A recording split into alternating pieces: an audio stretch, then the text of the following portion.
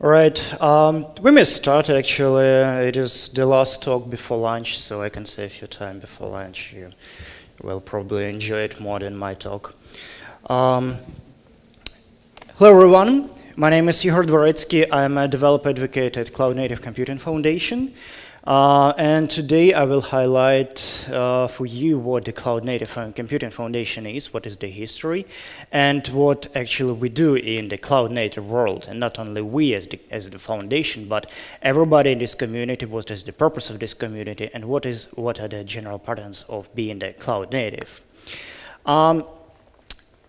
I'm a Kubernetes contributor for around 3 years. I've joined CNCF around 1 year ago, but I've been contributing to Kubernetes much before that time. And I remember the times when that community, the Kubernetes community, was much smaller.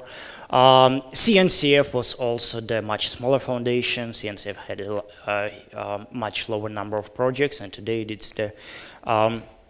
it's the huge foundation. Kubernetes is the huge project, and not only Kubernetes, but also tons of different projects. So I suppose that today is the great time to speak about it. So let's start from the beginning. On this picture, you may see glacier, but it's not really a glacier. It's a generic application 10 years ago. So 10 or 15 years ago, 20 years ago, almost all the applications were the typical monolithic applications. If you were a consumer of some applications, if you remember like the pre-internet era, I remember that to install the newer version of some kind of software, you had to go to the physical store, buy some physical device like a floppy disk or compact disk, install it, come back to home, install it on your PC, and receive the newer version of your software.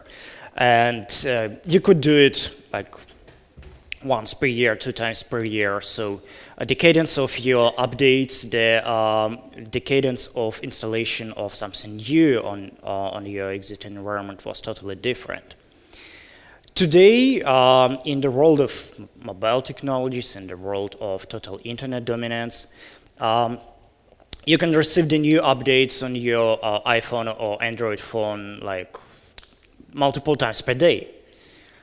Speaking about the web applications, the updates for web applications for you as the end users, they are totally transparent. You can easily use the version 1 of the web application right now, but in 5 minutes you will do nothing, but you'll use the version 2 of the web application because it will be updated remotely on the server.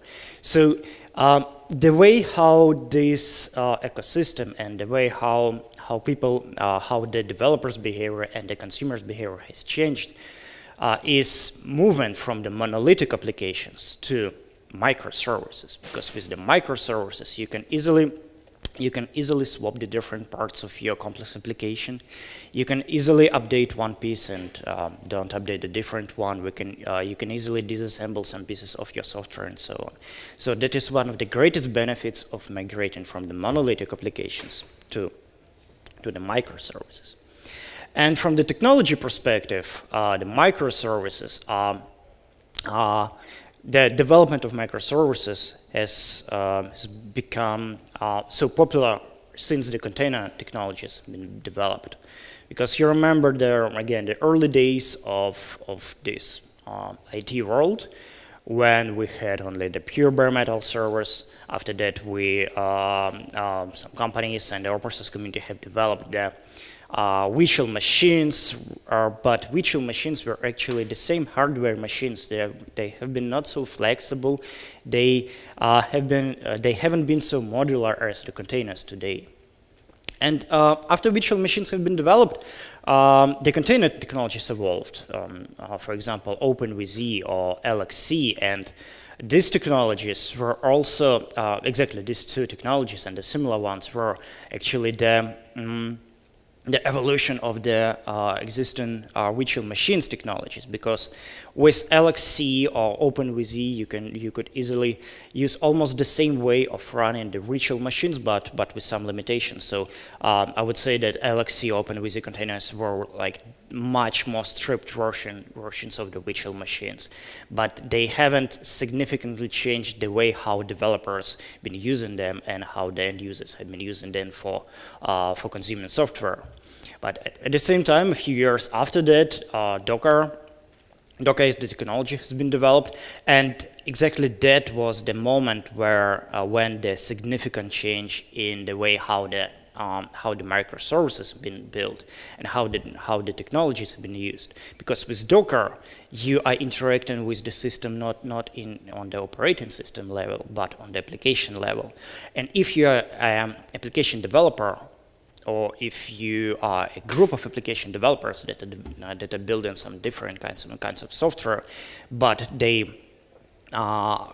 these different kinds of software and these different pieces, at the final day, they can be the complex applications. So Docker is exactly that technology that will allow you to build some small and granular pieces called containers today. And today, Docker containers or the similar kinds of containers are actually the synonyms. But the biggest problem with Docker or the similar technologies is scalability. So it's terribly easy to run Docker daemon on your single machine. But what will you do if you have like 5 machines, 10 machines, 1,000 or 5,000 machines? So that was the big demand from the market, and that was the big demand from the end users. How can they run all these containers on a huge scale? So that was the time when we've been starting working on breaking the ice of the monoliths. And exactly that period of time, around 4 or 5 years ago, Google started working on the Kubernetes project. So if you don't know, Kubernetes was born within Google, but its logical predecessor was a system called Borg. Borg is a system that is internally used at Google. It's been used for around 15 years within Google, and it's exactly the system that allows Google to orchestrate this huge number of containers that they are using. And if you're using any kind of Google technologies today, like Gmail or Google Maps or I don't know, Google Earth or any kind of them, you are using containers because Google runs everything in containers. And all this experience of Google that had internally with containers, they have incorporated into the new project that was called Kubernetes. So Kubernetes is the open source version of open source software that allows you to orchestrate containers, even at a higher scale. At the same time, after Kubernetes, the first open source commit was pushed to GitHub in 2014. Kubernetes became to be extremely popular project, especially in the open source space, and no single company in the world, even Google, can follow that pace. So Kubernetes was donated to the Linux Foundation. Linux Foundation is a non-commercial foundation that, for example, hosts the Linux kernel development that is totally vendor neutral, and no single company in the world has the total control on the Linux kernel. So we repeated the same story with Kubernetes. So today Kubernetes is not a Google project, but it's the full open source project that is driven by the Linux Foundation. At the same time, Kubernetes is not the single project that allows you to run this kind of software, and we'll speak about that later, about how the projects within CNCF can benefit together with using Kubernetes. And on this slide, you may notice how Kubernetes is extremely popular these days. So this survey has been conducted by the NewsTech, one of the most popular media companies in this industry. It has been conducted by the NewsTech together with CNCF at the end of last year, so today the situation can even change. And here you may notice that 69% of surveyed companies, they are using Kubernetes today in production. At the same time, I'd have to notice that Google Container Engine, that is today called Google Kubernetes Engine, GKE, is here as a separate graph, and 17% of the respondents are also using it. For example, OpenShift, it's the PaaS platform that was originally developed by Red Hat. At the same time, OpenShift today also uses Kubernetes under the hood. So the total number of Kubernetes users is much bigger. Kubernetes today is the default standard for running containers, for running applications, and using them on a different scale, including the extremely high scale.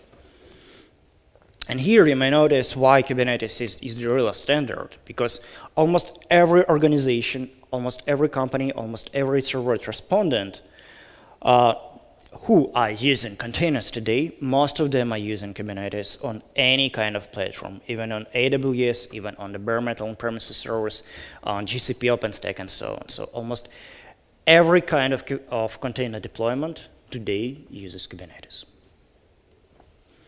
And the biggest achievement of Kubernetes as the community project is that it's the first graduated project within CNCF. So if you're not familiar with the Kubernetes project structure, we have 3 tiers of the projects. We have sandbox projects, the lower tier where the mostly new and actively developed projects being incorporated. Usually these projects are not oftenly used in the production environments today, but they have the huge potential, and we're expecting as a foundation that they will be much more mature in the nearest time, and they will have much higher user base and much higher base of the contributors. So that the sandbox project, and I will share a few sandbox projects later. We have incubated projects. It's like the middle and default tier for most of the CNCF projects. Incubated projects are well known, well used. There are enough contributors there. There are enough companies who are contributing there. There are enough end users there. At the same time, being incubated means that you have the next step, that you can be graduated, that is the final and the highest achievement of being a CNCF project. And Kubernetes is the first project ever that has reached this goal. So in March, a few months ago, Kubernetes has been officially the graduated project of CNCF. So speaking about other world that happening in the cloud native ecosystem, what happens today here? So on this slide, you may notice all our projects and all the basic information about a CNCF. Again, as I mentioned before, Kubernetes was born.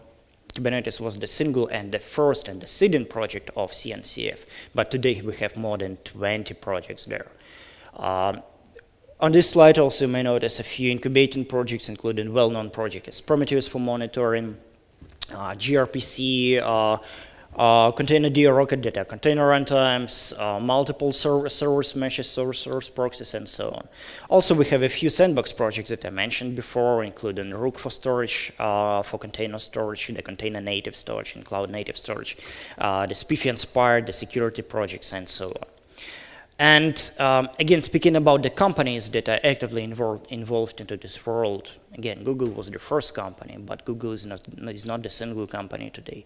And today we have more than 20 companies that are supporting CNCF as the platinum members, and we have more than 50 member companies total, and a huge number of companies that are contributing some kind of code or some kind of that are doing any kind of contributions into the CNCF and the cloud native space.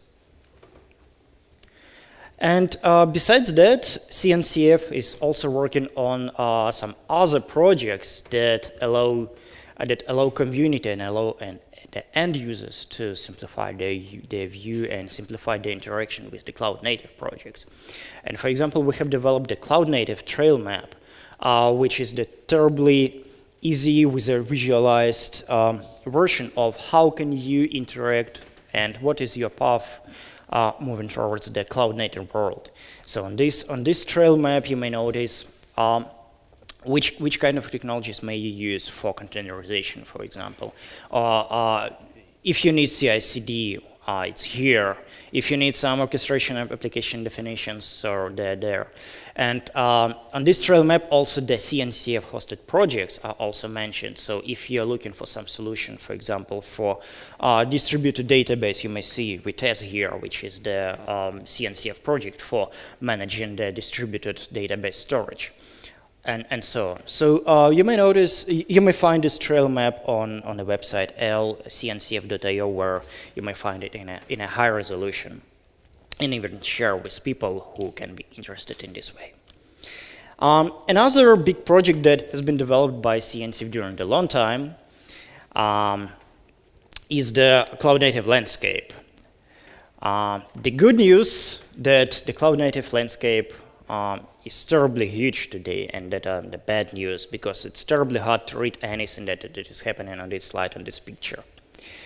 The primary goal of the cloud-native landscape when it was born is to allow you to pick up and to have a way of interaction with any solution if you are looking for some solutions to solve some specific purposes. For example, if you're looking for the cloud-native storage, you may find a few solutions that are listed here, including Rook, which is highlighted there as the CNCF project. Almost all the solutions that exist today in the market that can be labeled as the cloud-native solutions are mentioned here. And also on the landscape, not only the open source solutions are mentioned, but also the closed source, and they have a kind of different background color.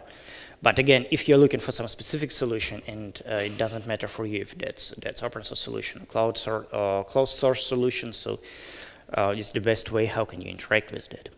At the same time, as I mentioned, it's definitely hard to find anything available on this picture if you're not looking at it in the high resolution on your local laptop or mobile phone or tablet. So we've developed the interactive landscape, much more enhanced version of the previous picture. It's not static today. All this data is stored on a database on GitHub, so it's totally open. And if you, for example, if you're contributing to some project, if you're aware of some project that can be listed here, feel free to open a pull request on PR to add your project there. So here at the interactive landscape, you may find all the existing solutions that we have in the world today that can be used for the cloud native for the cloud native environments, and can be consumed for building microservices, for building the distributed systems, and so on. So please check it again on the same website. It's l.cncf.io or landscape.cncf.io.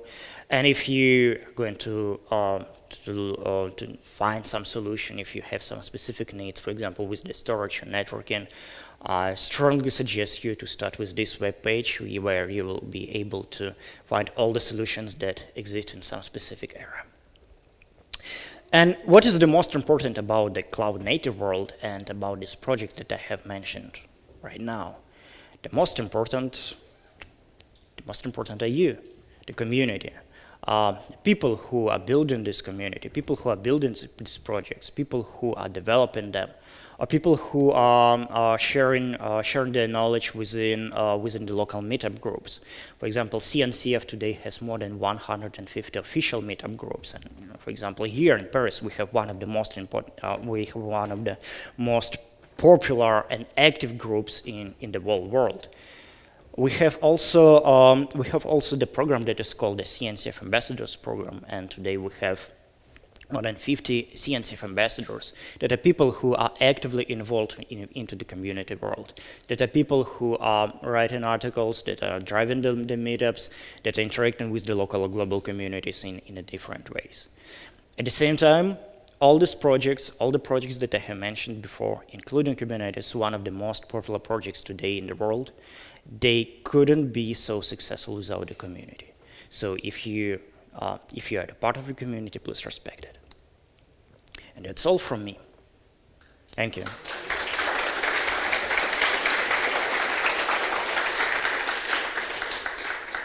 Just if you have any questions, I'm on Twitter and totally open for them. And yeah, Enjoy your lunch. Thank you, Ihor. We Merci. have 4 minutes for questions, if you want.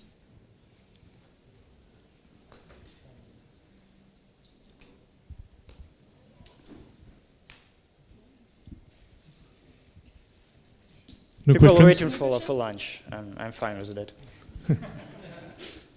Okay, Thank you. thank you.